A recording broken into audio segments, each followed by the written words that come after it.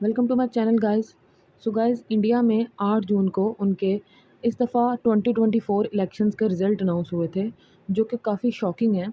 इस दफ़ा मोदी की पार्टी जो है, जो कि भारतीय जनता पार्टी है, उसको बहुत बड़ी हार का सामना करना पड़ा है, क्योंकि 2019 में उनको क्लियर मेजॉरिटी मिली थी इंडियन इलेक्शंस में, मगर इस दफ़ा उनको इतनी भी सीट्स नहीं मिली हैं जिनसे वो अपनी गवर्नमेंट बना सकें। सो उनको अलाइज़ की ज़रूरत पड़ेगी अपनी गवर्नमेंट बनाने के लिए। तो सबसे पहले इंडियन इलेक्शंस 2024 का ओवरव्यू क्या था उसको जान लेते हैं। सो गाइस, इंडिया की जो पार्टी है भारतीय जनता पार्टी, उसको इन इलेक्शंस में क्लियर मेजॉरिटी हासिल हुई है और वो सबसे ज़्यादा 240 सीट्स जीत पाई है। पूरे इंडिया में 543 सीट्स होती हैं और किसी भी पार्टी को अपनी गवर्नमेंट बनाने के लिए 272 सीट का मार्क चाहिए होता है, मगर इस दफ़ा भारतीय जनता पार्टी को वो नहीं हासिल हो सका।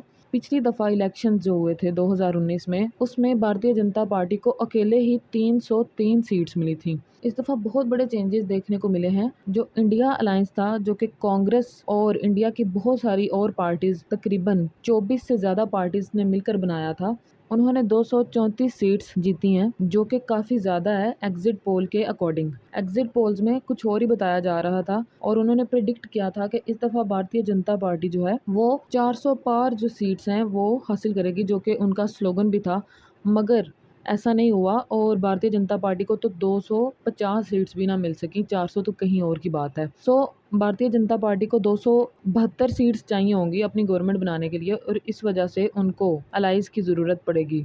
लेकिन प्रिडिक्ट यही किया जा रहा है कि इस दफ़ा भी जो हुकूमत है या जो गवर्नमेंट है वो बीजेपी की ही होगी। सो दोस्तों, आज की इस वीडियो में हम उन सरप्राइजेज़ की बात करेंगे जो इस दफ़ा इंडिया इलेक्शन 2024 में हुए हैं, और ये कि बीजेपी इतनी सीट्स क्यों हार गई और इंडिया अलायंस को किस वजह से इतनी सीट्स मिल गई।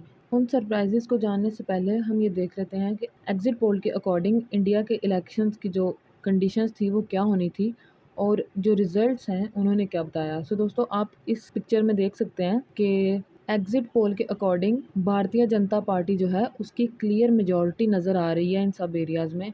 लेकिन जब इलेक्शन हुए तो भारतीय जनता पार्टी जो है उसको इतनी मेजॉरिटी नहीं मिली जितनी उसको मिलनी चाहिए थी। यूपी जैसी स्टेट्स में और महाराष्ट्र जैसी स्टेट्स में बीजेपी को क्लियर लॉस हुआ। तो दोस्तों, अगर सरप्राइजेस की बात की जाए तो सबसे पहला सरप्राइज जो हुआ है बीजेपी को वो उत्तर प्रदेश में हुआ है। यूपी जो है वो भारत की एक स्टेट है जिसकी जो पॉपुलेशन है वो तकरीबन पाकिस्तान से भी ज़्यादा पॉपुलेशन है और इसमें सबसे ज़्यादा 80 सीट्स होती हैं। इस दफ़ा एनडीए ने 36 सीट्स जीती हैं और इंडिया अलायंस ने 43 सीट्स जीती हैं, जो कि काफ़ी ज़्यादा शॉकिंग है, क्योंकि 2019 में बीजेपी अकेली ने 62 सीट्स जीती थी। इस दफ़ा जो सबसे बड़ी शॉकिंग चीज़ हुई है दोस्तों वो ये हुई है कि बीजेपी जो है वो फैज़ाबाद में भी अपनी सीट जो है वो हार चुकी है, जहां उन्होंने राम टेम्पल जो है अयोध्या में उसको बिल्ड किया था। दोस्तों, आपको याद करवा दूं कि जो राम टेम्पल है ये उसी जगह पर बनाया गया जहां पर 1992 में हिंदू मॉब ने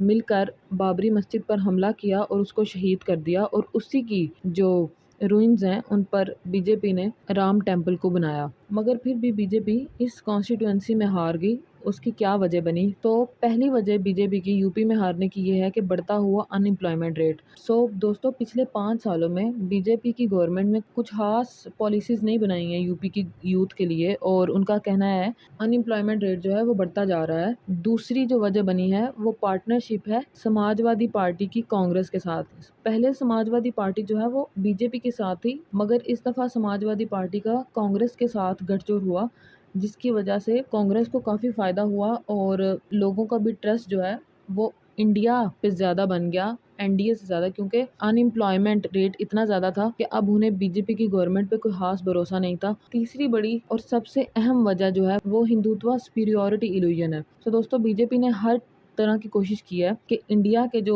हिंदूज हैं उनमें ये बात डाली जाए कि हिंदू सुपीरियर होते हैं और दूसरे जो रिलीजन के लोग होते हैं वो इन्फीरियर होते हैं उनसे, खास करके जो मुस्लिम्स हैं। इसी वजह से उन्होंने बाबरी मस्जिद जो है उसकी रूइंस पर राम टेम्पल बनाया था, मगर अब इंडिया के लोगों को ये समझ आ चुका है कि बीजेपी जो है वो उनके साथ एक माइंड गेम खेल रही है। उनकी ये बातें सिर्फ और सिर्फ उनके वोट बैंक के लिए हैं और इसका रियलिटी से कोई भी लेना देना नहीं है। दूसरा बड़ा सरप्राइज इस दफ़ा के इलेक्शंस में केरला के स्टेट में हुआ है। दोस्तों जो बीजेपी है ना, उसने कभी भी केरला में कोई सीट नहीं जीती थी, मगर इस दफ़ा बीजेपी ने केरला में अपनी फर्स्ट सीट विन की है। ये सब कैसे पॉसिबल हुआ, इसकी क्या रीज़न थी, ये जानते हैं।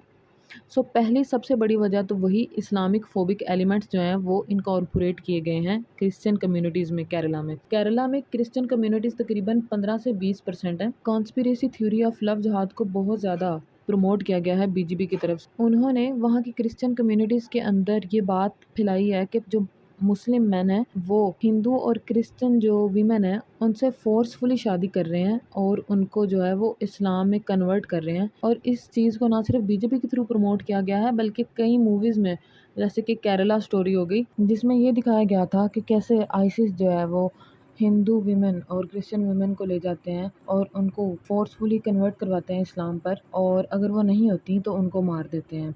ये भी एक बहुत बड़ी वजह थी बीजेपी की केरला में सीट जीतने की। तीसरा बड़ा जो सरप्राइज है वो बीजेपी को महाराष्ट्र में हुआ है, जिसमें इंडिया अलायंस ने, जो कि कांग्रेस और शिवसेना और नेशनल कांग्रेस पार्टी ने मिलकर बनाई थी, टोटल 30 आउट ऑफ 40 सीट्स जीती हैं और बीजेपी को सिर्फ और सिर्फ 9 सीट्स मिली हैं, जो कि काफ़ी शॉकिंग चीज़ थी। इसकी रीज़न जो है वो क्या बताई जा रही है कि जो बीजेपी थी 2019 में उनका शिवसेना और नेशनल कांग्रेस पार्टी के साथ अलायंस था, मगर बीजेपी की जो पॉलिटिक्स वो ह्यूमिलेटिंग पॉलिटिक्स थी और वो पार्टीज़ को बहुत इंसल्ट करते थे और उनके स्टेट लीडर्स जो हैं वो उनको भी बहुत इंसल्ट करते थे, उनको इज्जत नहीं देते थे। इसी वजह से शिवसेना पार्टी और नेशनल कांग्रेस पार्टी ने इस दफ़ा कांग्रेस के साथ अपना अलायंस बनाया, जिसकी वजह से कांग्रेस को इतनी बड़ी जीत मिली। और शायद हो सकता है कि यही वजह हो कि 2019 में जो बीजेपी है उसको महाराष्ट्र में जीत मिली थी। तो दोस्तों ये थे कुछ बहुत बड़े सरप्राइजेस जो कि इंडिया इलेक्शंस 2024 में इस दफ़ा हुए, और किस वजह से जो बीजेपी है उसने अपनी जो मेजॉरिटी है वो खो दी इंडिया में। और हो सकता है कि आने वाले इलेक्शनों में, जो कि 5 साल के बाद होंगे, बीजेपी जो है वो इतनी भी सीट्स हासिल ना कर पाए और इंडिया में कोई नई हुकूमत बन जाए। दोस्तों अगर आपको आज की वीडियो अच्छी लगी तो हमारे चैनल को लाइक और सब्सक्राइब करें